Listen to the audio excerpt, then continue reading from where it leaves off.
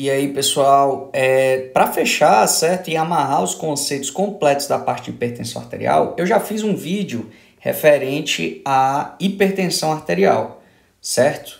Então, dá uma olhadinha lá, ele tá um pouco longo, certo? Ele tá um pouco largo, mas é porque eu botei detalhes nele lá para você entender tudo.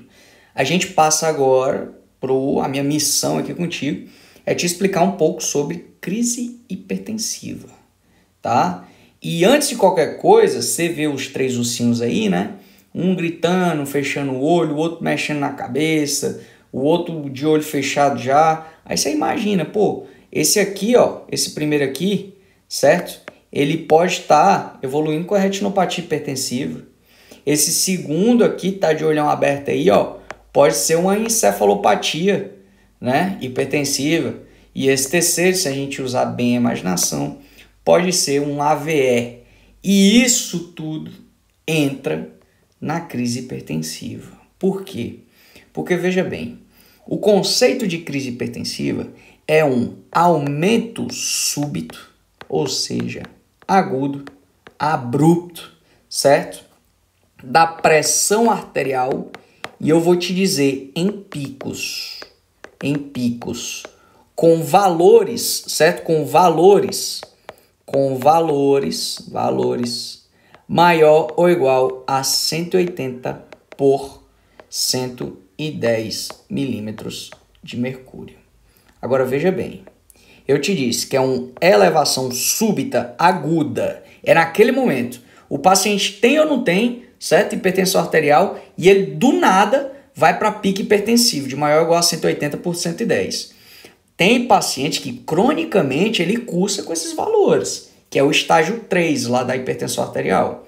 Mas se o paciente, naquele momento, ele está cursando, ele não estava com aquele valor e naquele momento ele evoluiu, aí a gente diz que o paciente tem uma crise hipertensiva, certo? Hipertensiva. A questão é que você tem dois tipos de crise hipertensiva. Você tem a urgência hipertensiva, certo? Que geralmente você vai tratar as causas, certo? É geralmente aquele paciente que não tomou a medicação dele, tomou um susto, não sei, ou o paciente que realizou refeições copiosas, certo? Comeu uma feijoada, um churrascão salgado, né?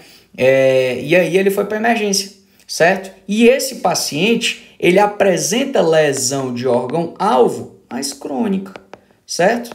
Ele já tem de histórico de retinopatia, certo? Só que essa retinopatia é grau 1 ou 2, certo? Lembra que você alerta para emergência quando é 3 ou 4, que são os exudados algodonosos, hemorragia, certo? Ou papiledema no grau 4, beleza? Agora, se tiver aqueles fios de cobre, né? Ou tiver o paciente com o estreitamento arteriolar, assim, você não vai ficar tranquilo, né? Você tem que tomar a decisão com o paciente, porque geralmente isso vem associado a outras alterações. Mas é só para você entender aqui o contexto de forma didática, certo? Então esse paciente pode apresentar essa alteração. O que você faz geralmente é um tratamento ambulatório com medicação via oral. Já eu vou te falar aqui quais são, beleza? Você pode ter a outra que é a emergência hipertensiva, certo? Na emergência hipertensiva, você tem que ficar ligado, certo? Que aqui, meu irmão, o paciente, ó, pode ter, vamos de cima para baixo, encefalopatia hipertensiva, ele pode ter um AVE, certo? Principalmente hemorrágico, né? Tem que ter muito cuidado, certo? Ele pode ter um infarto agudo do miocárdio, ele pode ter uma dissecção de aorta, que aqui é um detalhe, certo? Ele pode ter também um edema agudo de pulmão, certo? Um edema agudo de pulmão, ele pode estar cursando aqui com edema agudo de pulmão, beleza? Então, todas essas alterações você pode ter relacionado. Além disso, ó, o caso de pré-eclâmpsia, cara. O caso de pré-eclâmpsia lá na obstetrícia, ele entra como uma emergência hipertensiva. Então, você vai ter que internar esse paciente, geralmente em UTI, certo? Você tem que internar em UTI, pegar tratamento para acesso venoso, beleza? Então fica só ligado nessa parte inicial, porque são conceitos básicos, mas que você tem que ter em conta, certo? A definição de crise hipertensiva, quando é urgência, quando é emergência. Na emergência, só para você ter detalhe, eu já botei as alterações, mas é o paciente que cursa com lesão de órgão-alvo de forma aguda. Entra aqui também, né, a retinopatia hipertensiva, tá? Eu não sei onde escrever, eu escrevi bem aqui, ó. Retinopatia hipertensiva, só que grau 3 e 4, certo? Grau 3 e 4, tá bom? A conduta frente a esse paciente vai ser, se é um paciente de urgência hipertensiva, primeiro eu vou botar o paciente em observação, certo? E eu vou adequar a medicação dele. É um tratamento ambulatório, então, certo? Ambulatório. Vou realizar a medicação via oral. Aí pode ser um IECA, um BRA2, certo? Eu só ajusto a medicação do paciente, tá beleza? Posso passar um dos dois aqui. Ou mesmo a hidroclorotiazida, certo? Ou um bloqueador do canal de cálcio, tá certo? Então aqui eu fico mais tranquilo. A questão é que eu tenho que reduzir, certo? A PA desse paciente, eu tenho um tempo de 24 a 48 horas aqui, certo? O follow-up desse paciente, assim diz, ó, o follow-up, que é o retorno à consulta, tem que ser nesse tempo, de 24 a 48 horas, tá beleza? Então aqui você fica mais tranquilo com o paciente, certo?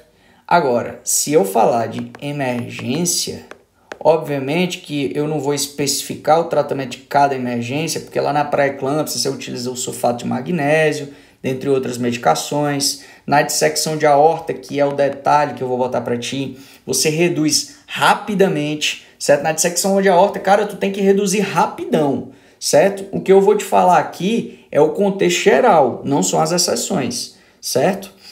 No contexto geral de emergência, você interna, certo? Obviamente você explica para o paciente, né, que ele vai ser internado, tal, pede o consentimento, isso é sempre importante, tá? E vai fazer o tratamento endovenoso. O tratamento endovenoso do paciente, ele pode ser com o nitroprussiato, né? Você vai passar o nitroprussiato e a nitroglicerina, né? O nitroprussiato de sódio, certo? Que é o Niprid, né? Assim conhecido, certo? E a nitroglicerina, eu vou botar nitroglicerina, certo? Nitroglicerina, certo? Que é o tridil, certo? Tridil. É um dos dois, tá? Ou aqui no meio. Aí, cara, o teu objetivo com esse paciente, certo? O objetivo é reduzir, certo? É reduzir, tá bom? A pressão arterial dele, tá? Num tempo de... Você vai reduzir a pressão arterial dele num tempo... No valor, perdão, de 20 a 25%, né? Travada no meu cérebro agora aqui, mas eu acho que dá para entender. De 20 a 25%, certo? Em um tempo de 1 hora, tá bom?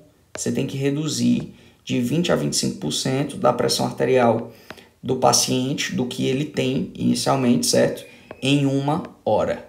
Cara, não pode exacerbar esses 25%, porque lembra que nós temos um mecanismo de adaptação, certo? Geralmente a pressão arterial periférica, a pressão arterial periférica da gente, ela não é a mesma do que a pressão arterial central.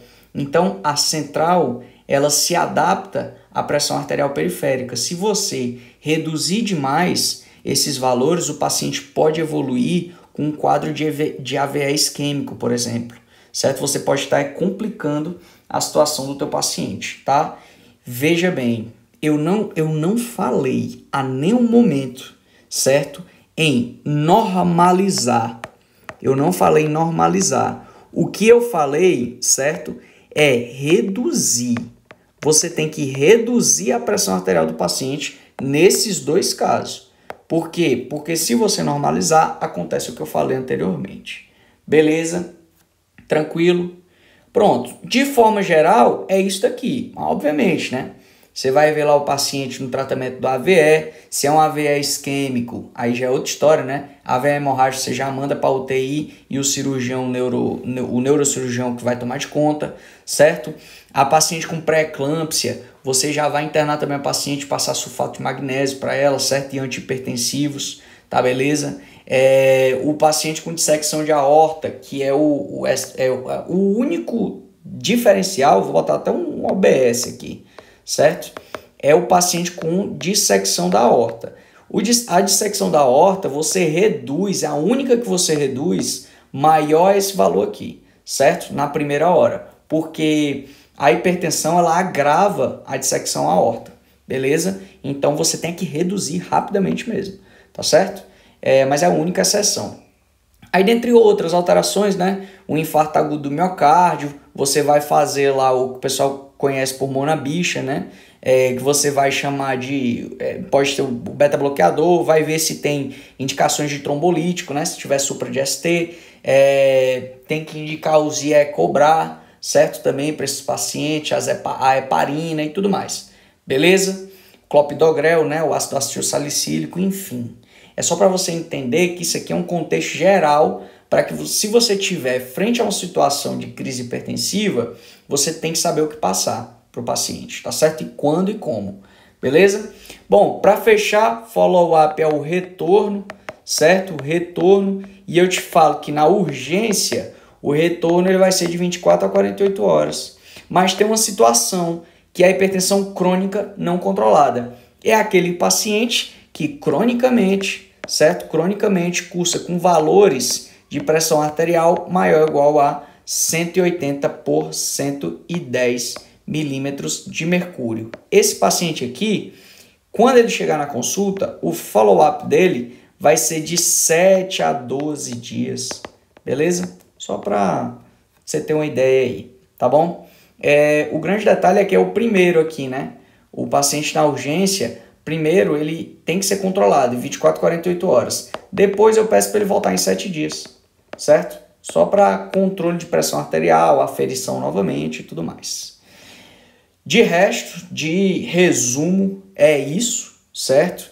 Eu espero que você tenha gostado. Se você gostou, você compartilha esse vídeo.